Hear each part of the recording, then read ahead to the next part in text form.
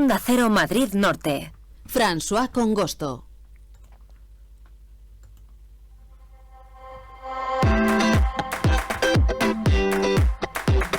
Pasan 10 minutos de la 1 de la tarde. Las calles de Madrid exhiben una nueva campaña contra los delitos de odio. La razón es que en 2023 aumentaron con respecto al año anterior en nuestro país. Los viandantes pueden ver una campaña que se titula exactamente "No hay lugar para el odio", y que lo hace Diaconía España. Hoy vamos a hablar de este aumento significativo de los delitos de odio, así como de la campaña, con Alonso Santa Cruz, que es coordinador de Diaconía España en dicha campaña. Buenas.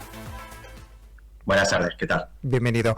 Bueno, esta nueva campaña, como decimos, lleva como título "No hay lugar para el odio en el metro, ni en el bus, ni en las redes". Y obviamente lo dice todo, ¿no? Podemos ser testigos de estas situaciones en medios de transporte, en conversaciones, pero también en redes sociales.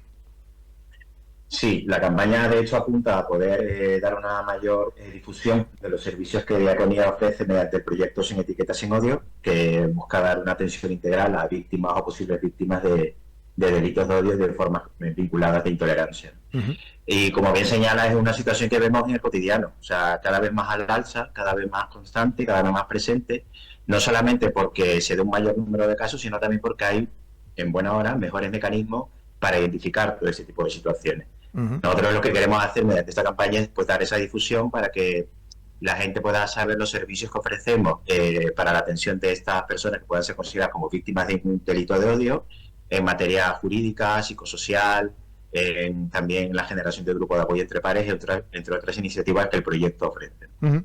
Esta acción se produce justamente en un contexto donde, según los últimos datos que ofrece el Ministerio de Interior, pues los delitos de odio han experimentado un aumento significativo. Vamos a dar algunos datos. Sí, por ejemplo, nosotros tenemos un 21,35% de aumento con relación del 2022 al 2023. Hay un aumento significativo entonces del número de los delitos de odio. También es verdad que no solamente hay un aumento, sino también hay un especial problema sobre los grupos en los que se incide al momento de analizar el perfil de las víctimas, ¿no? Nosotros vamos a ver, como siempre, en primer lugar lo tienen sobre todo víctimas por racismo o xenofobia, en un segundo lugar las víctimas por identidad de género u orientación sexual, y en un tercer lugar un componente ideológico, que es el que aqueja sobre todo este grupo de víctimas. Entonces, vamos a ver cómo siempre se da una situación constante de grupos en situación de vulnerabilidad social, que son los que más se ven aquejados por esta lacra, uh-huh, ¿no? Y nosotros pues apuntamos sobre todo a que estas personas, a las personas que son identificadas como grupos diana, pues puedan tener a la mano todos esos insumos, esas herramientas para poder atender de manera eficaz cada uno de estos casos. Uh-huh. Bueno, de hecho, estamos viendo a través de nuestra emisión en redes sociales, bueno, pues que justamente la campaña está protagonizada esas fotos por personas de otros países, ¿no?, que son víctimas, ¿no?, de esos delitos de odio.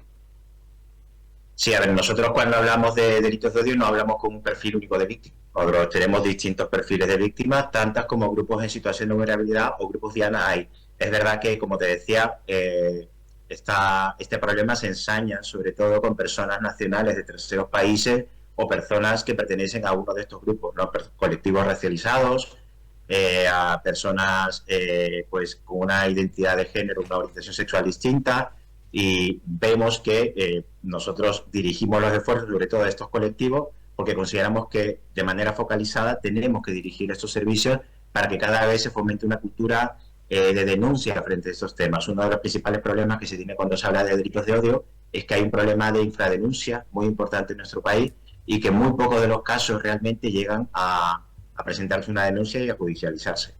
Uh-huh. Por cierto, me llama mucho la atención que además de las personas racializadas, también los delitos de odio sean contra personas con discapacidad y sobre todo haya habido un aumento el año pasado.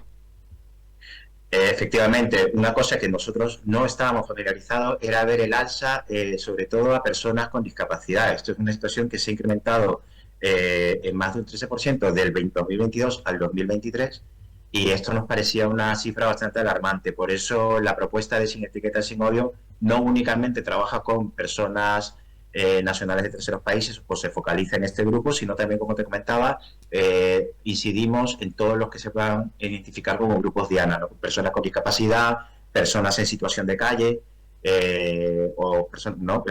personas en situación de calle, personas víctimas de aporofobia, entre otros colectivos, pues que son los que en las estadísticas se puede ver son los más afectados por esta situación. Me gustaría preguntarle, porque habrá algún oyente que estará pensando, bueno, ¿y qué es exactamente un delito de odio? Porque a lo mejor he oído una broma, un comentario, un grito a una persona de estos colectivos Diana, pero ¿qué se considera exactamente un delito de odio?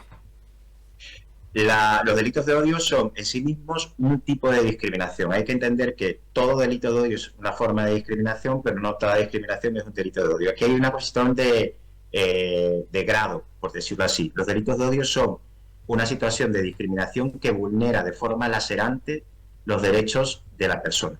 O sea, cuando nosotros estamos, por ejemplo, frente a una injuria racista, frente a una situación que vulnera la situación de bienestar de una persona, allí sí podemos estar hablando de un delito de odio con el agravante claro de que esta persona ha querido ejecutar esta acción de violencia contra otra, o una persona o grupo de personas, en base a una característica constitutiva de las identidades de estas personas. Entonces vamos a hablar siempre de que los delitos de odio son una situación lacerante, vulnera derechos, siempre condiciona la situación del bienestar de la víctima o de las posibles víctimas, y en consecuencia los esfuerzos se dirigen a la restitución de sus derechos, a la garantía de su bienestar y pues a un proceso de reparación en tanto víctima. ¿Y cómo se pueden denunciar? Hay distintos medios. Nosotros, por ejemplo, en Diaconía ofrecemos el acompañamiento para el establecimiento de la denuncia. Nosotros vamos a dar soporte jurídico y psicosocial a las víctimas para acompañarla a las instancias respectivas, en este caso a los operadores jurídicos, que sería Fiscalía, o a otros operadores como la Fuerza y Cuerpo de Seguridad del Estado, Policía Nacional o Guardia Civil, que son los organismos desde la Fuerza y Cuerpo de Seguridad que reciben las denuncias en estos casos.